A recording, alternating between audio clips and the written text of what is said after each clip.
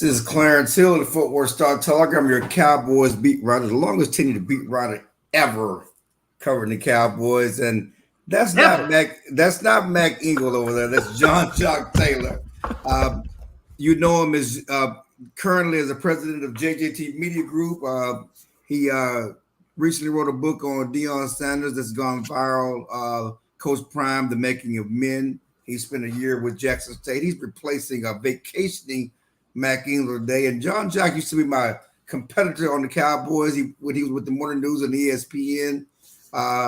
He did have a Super Bowl on his resume. Unlike me, I have no Super Bowls on my resume. 4 playoff wins since I started covering the Cowboys. That's the only thing he has on me. But welcome, Jock. Welcome to the program, Cowboys Overtime, sponsored by Windows Nation. What's up, man? You know what's funny about that? I was doing some research this morning for a project, and I read a quote from Jerry from 2000, and it said, it was in training camp, and he said, you know, I expect a lot of things this year because we haven't won a Super Bowl in 4 years, and that's a long time for us. Right, and long time. I read that, and I started cracking up, man, because it's been a long time. Yeah, it's 28 years later, and then the Cowboys still have no Super Bowl titles. And the crazy part is that as of right now, starting free agency after going 12-5, 12-5, and 12-5 the last 3 years, Jerry Jones came out and said the Cowboys were all in. And first, at the beginning of free agency actually officially starts on Wednesday. Starting on Wednesday, it is today as we're taping live. But the tampering period began Monday, and the Cowboys were one of only 2 teams in the NFL who did not sign any outside free agents. Actually, the Cowboys have done nothing but re-signed a deep snapper in Trent Sieg. And Cowboy fans are beside themselves. I think toward the end of the season, Cowboy fans were, to me, as disillusioned as I've ever seen them, how that season ended, you know, going 12-5, really having the best chance to get to the title game for a long time and to get blown out by the Green Bay Packers. And then to come into this free agency after they were so disappointed, and for them watch other teams to get something done, they're just beside themselves. What is your take on what the Cowboys have not done so far in free agency? I don't get it. I don't know why they surprised. This is not a team that goes out and swings big in free agency. I was trying to think, and I'm sure you can tell me because I can't remember off my top of my old man head. When the last time the Cowboys signed somebody on the first day of free agency to somebody we like, oh, okay, I see what they're doing. Was it Brandon Carr and that whole thing 10 years ago? Because if that's the case, and I'm talking to you Cowboy fans, why are y'all acting all surprised that they ain't make no moves? They don't never make no moves. They philosophically believe we should spend all our money signing CD and Dak and Mike. I'm glad you brought that point up, because as we move to our next topic, that falls right into it. Because why did they believe? Why did they think something different? Because Jerry said we're all in. Jerry said we're not going to do things the way we've done in the past. Jerry said that. That's what Jerry said, okay? We're going to do things differently. We're all in. This is not going to be how it was in the past. We're going to be operating differently coming into this season. That's why he said, that's why people, well, maybe they are going to do something different. Was it me or was it you? He said, just because I say it, don't make it so. Or just because my lips are moving doesn't mean I'm telling the truth. Jerry sells hope. So at the end of a disappointing season, he sold the fan base hope. Now, you could look at their salary cap situation and know that they weren't going to do anything in free agency. So again, I try to be sympathetic because I don't have the emotional investment that Cowboy fans have. I have an Ohio State emotional investment because that's where I went to school, but I don't have a Cowboys emotional investment. So I look at it very logically, which is they haven't done this in a decade.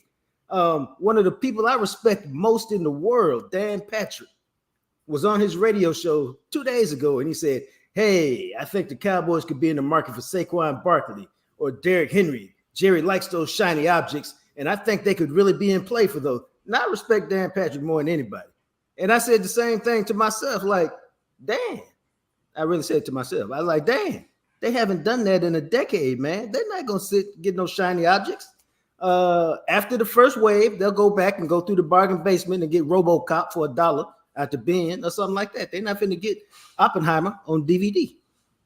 Well, I mean, that's just it. But I guess logically, it's and I don't want to say bad or right because I don't really want to bring the analogy, but it's like we know what you said or what you've done, but you told us this would be different. You told us, you specifically pointed out how you did things in the past. You know how frustrated we are as a fan base and what has happened. And we're supposed to be all in on this season because, you got the coach, everybody else from last year's contract. You have to do something different because you know what? What's the definition of insanity? Do the same thing over and over again. And So, but expecting a different result. result. Okay. Now, I often say this to my friends who are fan base members, and I got several, just like you. This is 2 days into free agency. This is 2 days into the off season. They're still. When did they get Stephon Gilmore last year? Was it 2 days into the off season, or was it further down the road? When they get Brandon Cooks, was it 2 days in, or was it further down the road? There's still time to make moves and get better. And so I don't trust Jerry. Okay, I really don't. I love Jerry, but I don't trust Jerry. I do, however, trust Will McClay. I even trust Mike McCarthy to a degree in the way that they've gone about building a team and putting a roster together. Because whatever we say about what they haven't done in free agency, at the end of the day, for the last several years, haven't we said, well, they got one of the best rosters in the league. They should be able to do a little something. So I again expect it when it's time for training camp to start, we'll look at the roster and go, that looks to me like a roster that can compete and make something happen. Now let's see if they can. The only issue is that they do have one of the best rosters in the league, and certainly, they do have holes to fill, and then we'll get back into the holes to fill, but they need a starting center, they need a starting left tackle or left guard, they need a starting running back. They don't have that. They need help on the defensive line. They need help at defensive end. They need help at defensive tackle. They need linebackers. They don't have a nickel set cornerback right now, a third cornerback right now. They got a lot of holes to fill. Lots of holes to fill. So you can't just do that in the draft. But one thing that's held up the Cowboys, or at least what the Cowboys will tell you privately has held them up, is what's going on with Dak's contract. And they have to make a decision on Dak Prescott's contract, whether to extend him or whether to use the simple adjustments that's already built into his contract to clear cap room. But they have to do something which will help them clear cap room. Of course, they can do other things. They can sign CD to an extension to clear cap room. They can redo or make some adjustments on contract like Trevon Diggs and Terrence Steele to clear cap room. But Dak with a $59.4 million cap hit, that contract has to be adjusted. I do want to say this, that there's a lot of stuff going on about Dak in the news right now, certainly regarding his $100 million extortion suit and of alleged rape that happened in 2016 against the woman that's accusing him of alleged rape in 2016. From my understanding, that situation, the Cowboys, that has no bearing on what's going on with the contract. But they do have to address Dak Prescott's contract. And my question to you is, what's the best way to do that? Should they sign him to an extension, or should they, adjust this deal, create cap room, and kick that can down the road and really have a poison pill with going into next season with the possibility of Dak walking away of free agency and having even more cap hindrances because of the dead money? Now, if Jerry hired me as GM, assistant GM, because he ain't never gonna leave the job himself, and all I need is $2.5 million to take the job. So we assume that gets done. I would go ahead and extend Dak. That's what I would do. I give him his 4-year deal at 100 and whatever it is, and get it done. And here, you know my opinion very well, but I'm gonna tell y'all, that's because for everybody who says just get rid of Dak, let me go get another quarterback, start this process, blah blah blah blah blah. There's no guarantees that you get a better quarterback, and you already got one of the top 10 quarterbacks in the league. Even if you're mad at him right now, you could take a number 1 overall, Baker Mayfield. It don't matter. It don't necessarily mean the guy can play. You have a guy you know can play. You have people around him you know who can play. Go sign him, take advantage of the cap room that creates, and try to go make your move. And finally, how about just get to the NFC Championship game and have a shot to get to the Super Bowl? Yeah. And what about people that say the guys won 2 playoff games in 8 years? Why should the Cowboys continue throwing money around the guy that you don't know that can ever get you to the big dance? Why not blow it up and start over? Well, I mean, you can say that, and you can do that if you want to. And again, the issue is if you look at the quarterbacks who are successful in the league, the top quarterbacks, just look at the starters. I think of the 32 teams, I think 26 of them have been first round picks, and half of those have been top 10, and probably half of those have been top 5. So if you want that guy or the person you think is that guy, you could do that, but then you need to go get a quarterback, now. But the problem is what? I'm trying to get better right now because Dak gonna play here this year. So get a quarterback, let him sit for a year, have him ready to go. Take the Green Bay Packer approach with Jordan Love, if you want to do that. There's no guarantees in sports. There's no guarantee if you bring him back that you're gonna get where you're trying to go. There's no guarantee if you get rid of him. If it were me, I'm closer to getting what I want with Dak Prescott, a proven commodity. I just got to get him over this mental hurdle of playing like boo-boo in the playoffs. Well, you heard it there from Jean-Jacques Taylor, president of the Dak fan club. I just want to let you know that's no longer me. That's you. That's you. President of Dak Prescott fan club is Jean-Jacques Taylor. We're going to take a quick break and listen to get a word from Windows Nation. Window Nation, the star of window replacement and proud partner of the Dallas Cowboys, can help you fill the house this season with savings. Buy 2 windows, get 2 free, and make no interest payments for 60 months, 5 full years. Fill your house for a customized authentic Dallas Cowboys jersey while supplies last. You could even help fill the Cowboys house and win tickets to a game. Visit windownation.com/Cowboys now for details. Call 866-95-NATION. Window Nation, proud partner of the Dallas Cowboys. No one sells windows like Windows Nation, and no one sells hope like the Cowboys and Jerry Jones. And certainly we talk about hope. And as I mentioned earlier, the Cowboys got a lot of holes. They still got a lot of holes. And you talk about the roster, and you certainly have the draft, but they have big needs. They have needs at running back. One thing the Cowboys talked about coming into free agency was we want to improve the run game. Well, who's left to sign? Who's out there left to sign, specifically at the running back position? When you talked about Barkley, and you talked about Henry, and those guys being gone, those guys being possible options. Well, I know when I talked to the Cowboys at the Senior Bowl, at the Combine after the season, they really wanted to bring Tony Pollard back. Tony Pollard got $8 million a year. They didn't really want to bring him back. Well, they don't want to bring anybody back because of clearly the money they don't want to spend at the running back position. Now, keep in mind they still have Zeke. They're still spending $6 million in dead money on Zeke coming into this year. But he's no longer on the team. But they don't want to spend money at the running back position. And there was a report out that they were interested in Zach Moss from Indianapolis Colts, who went to another team for $4 million a year. Yeah. Went to the Bengals. Yeah, Bengals for $4 million a year. $4 million a year. $4 million was too rich for running back. Like I said, they didn't want nobody. So they were not going to get into the Saquon Barkley sweepstakes or the King James, King James. Yeah, that guy, the big Bruce who lives in Dallas. Richie. It was funny because everybody was throughout the offseason, he lives in Dallas. He has a home in Dallas. He works out in Dallas. He just bought a new home in Dallas, and everybody was trying to link that to him coming to the Cowboys. That was never the case. That was never on the table. But check this out. He got the same money Tony Pollard got. I knew they was in trouble when your boy, what's the run? I got the old man moment. The running back, the DeAndre Swift. When he got $8 million a year, I was like, they ain't got no chance to get Tony Pollard. They ain't got a chance to get nobody because that's the new market. Right. The solid running back getting $8 million. The good ones getting 10, 11.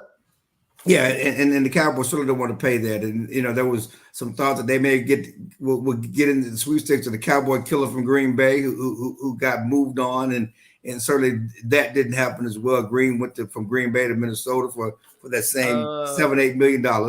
Maybe Joe Mixon, who just got cut. Maybe Mixon got traded to Houston, so he's not out there. There's some names still out there. AJ Dillon, a big bruising back from Green Bay, is an option. Being rumored to be an interest from the Cowboys.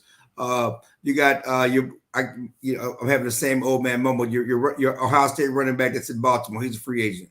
Oh, J.K. Dobbins. He hurt J, though. J.K. Dobbins, who stays hurt, who has been hurt, Right. but he could be an option. He could be a cheap option because they're looking to get somebody at the minimum on a proof deal. I brought up Deontay Foreman, Texas guy who's averages 4.2 yards a carry. When he's played in the league, and he played last season with the Chicago Bears. He's been with Tennessee, and he's been with the Carolina Panthers. Go ahead. So they're going to get somebody like that. They're going to get one of these retreads, bargain basement veterans, and then probably draft a running back. What's the name of that dude who played at Schulenburg? What are you talking about, Clarence Hill? Yeah, he was a running back. Yeah, okay. They might well go get him. Go get me or go get Cat Williams.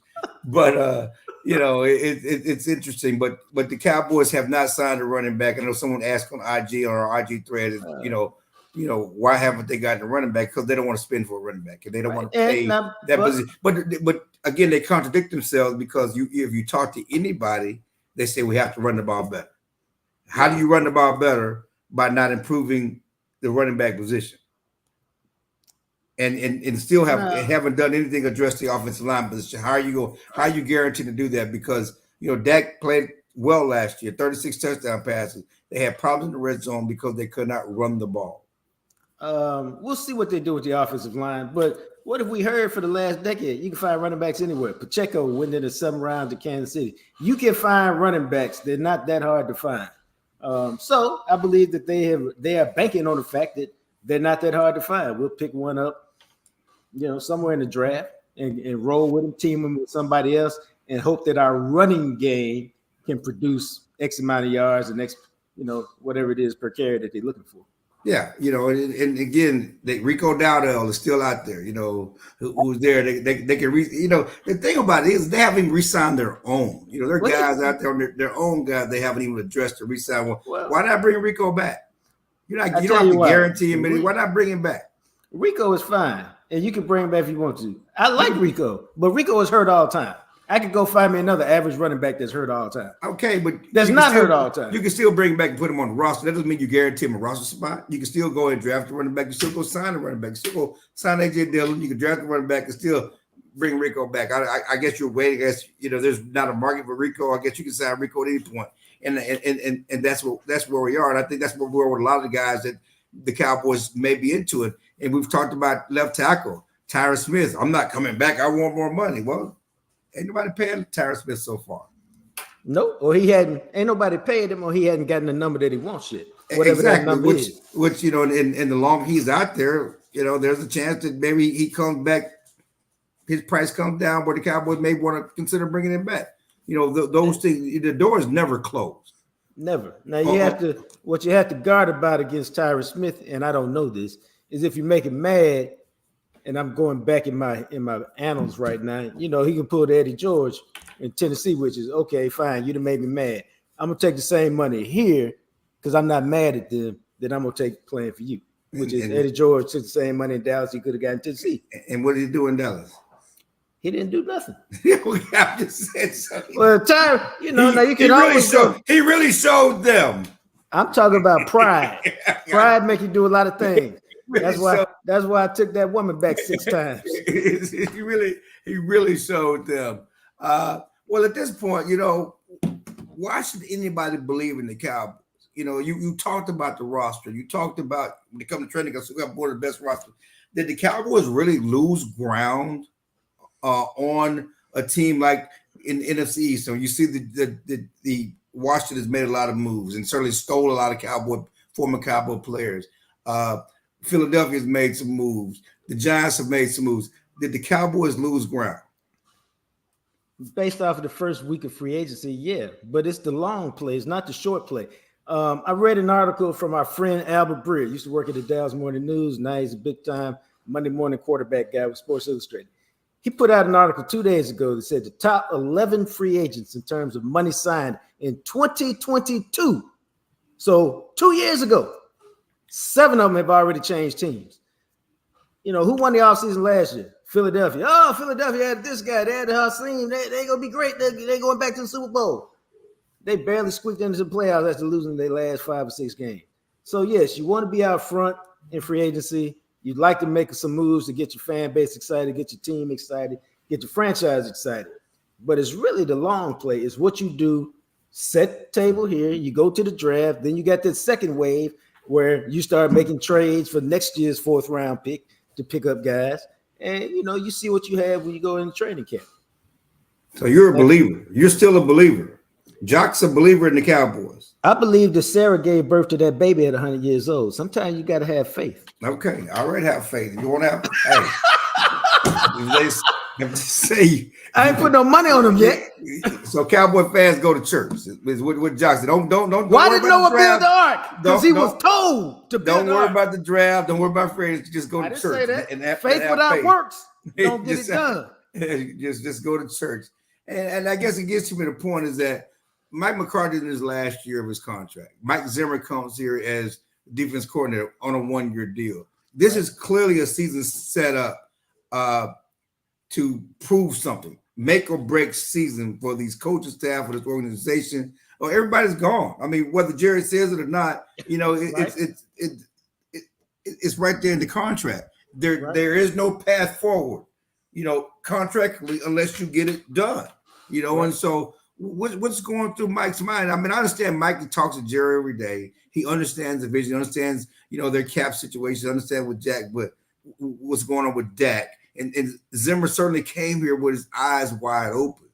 But gosh, it's hard to sit back as knowing that my job is on the line and we've done nothing. What do you think is going through their minds right now? I think you answered that question. For Zimmer, I don't think Zimmer had those protracted negotiations just about cash. Some of it was what we going to do, how we going to fix the defense to run it the way it need to be run. I need this, this, and this, and this. How we gonna get it? And I'm sure that. I think Zimmer is cool with whatever's going on because I think they told him, "Hey, money's tight. We're not gonna get anybody on the first round. When it settles down, we'll make some moves and get you some pieces that you need." That's what I would assume that Mike is working with. McCarthy, he know up close what the situation is. They ain't added nobody the last 3 years. But again, I think they have a plan, but I think that their plan, I have to preface everything by saying Jerry lied to y'all when he said he was all in. Jerry was like, we're just going to do what we always do, but people are mad at me right now. Hey, we all in. So, so it goes against everything they've done philosophically for the last decade to talk about being all in. And so I think McCarthy knows, okay, we got these holes. Here's how we plan to fill them. And I really expect them to make a few more moves after the draft, just like they added Gilmore and Cooks after the draft. I think they'll do some more stuff like that next year. They did those before the draft, but they were trades. They were traded before the draft because they gained draft picks. And so I just said that you cannot fill all the holes in the draft. I mean, and you look at the way they drafted last year when did anybody help them?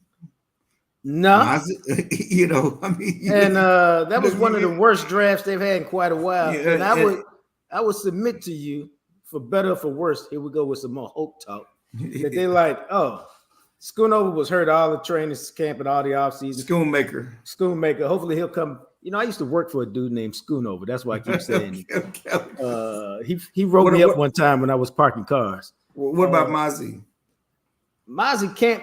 Maybe he's Tristan Hill. He's just a bust. But first, he need to eat some fat back and some oxtails and put some of that weight back on. And you hope that he can be something of what you thought he was going to be, and that will help you. And then Overshine's coming back. You say he don't really fit a Zimmer type linebacker, but hopefully he can help. And so I think you have some hope that the class will be better. But clearly, they will be making some moves, whether they make them in trades or whether again they're going to get them dollar DVDs. Maybe they get VCR tapes at the dollar bin in Walmart. Well, it's certainly they got to do something. So I just want to say, Cowboy fans, sports fans, DFW, you're probably, regardless of the moves you make, you're probably not going to feel good about the team, what they've done this offseason until they do something with Dak's contract, until they do something with CD's contract. Even if they sign guys at the dollar bin or whatever you want to say, they're going to bring bodies on the team, but you really won't know what they look like until we get to training camp. So until then, You got those Rangers getting ready to start. Those defending world champion Rangers, okay? Feel good about the Rangers. El Bombay and the boys are getting ready to play again. You also have Luka going on a triple-double tear and playing as well as any basketball player in the league. Is Luka MVP candidate? No, their team ain't done nothing. And the rules, I didn't write the rules. I'm just telling you, the rules typically are the best player on the best team, which means, that's what they typically are. And if he continues these triple doubles, it's going to be hard to overlook. I mean, they're a playoff team for sure, but right now they are playing playoff team, and that almost don't even count. They're gonna move up. They'll move up. I think they won't be in the playing game when the season ends. But again, what he's done, what he's doing, certainly gives people something reason to go to the arena. Now, I don't want this to be Luka blasphemous, because it's not. Because he's a fantastic player, he's great. But if you hold the ball 95% of the time, you should put up some numbers. Well, some people hold the ball and don't put up no numbers. I mean, everybody don't make it. The thing holding him back really from being MVP is Westbrook did this. Westbrook has had a season full of triple doubles. Has had, now I don't think Luka is Westbrook. Like, Luka ain't just padding his stats, rebounding, tipping it to himself so he get 3 rebounds on 1 possession. But I think the novelty of it is, hey, this is great, but we've seen this. We need your team to win more, to be better than 8th place in the West. Yeah. Before we get out of here, someone has asked on one of the chat lines your take on the Texans, and I think the Texans the Texans have gotten better, and the Texans have you like the moves they've made. Certainly, they got the young quarterback, and you like the young coach. They certainly have people excited about their franchise. But one thing about excitement, one thing about having a good first year, you got to back it up. And now you have expectations. It's one thing to do what they did last year with no expectations. Now they have expectations, and if they don't live up to those expectations, they're gonna be in the Cowboys and Dak boat. It's not just expectations; it's ain't nobody looking over you on the schedule no more. Ain't nobody take the Texans seriously the first 3 quarters of last year. Then they're like, oh, I guess CJ is for real. Now let's study him. Let's take away his best routes. Let's take away his favorite throws. Let's game plan for him like they for real, not just hey, it's almost like a bye week. So they're gonna get it this year. And but I like CJ. It's not just because he's a Buckeye like me. He's terrific, it's the game is about the quarterback, which is why I'm an advocate for signing Dak. If you got no quarterback, you got no chance, really. And so the game's about the quarterback, and CJ appears to be one of the best ones. Well, I want to thank Jock Taylor for coming on. Cowboys Overtime replacing Mac Ingram should be back next week. But again, appreciate the Jock. JJT Media Group. Put your book up again. Tell them how they can get your book. You can find it on Amazon.com. You can find it on Walmart.com, BarnesandNoble.com, Audible.com. Wherever you find books, you can find it. Coach Prime, Deion Sanders, and the Making of Men. Thank you, Jock Taylor, and thank you, Windows Nation. Nobody sells windows like Windows Nation.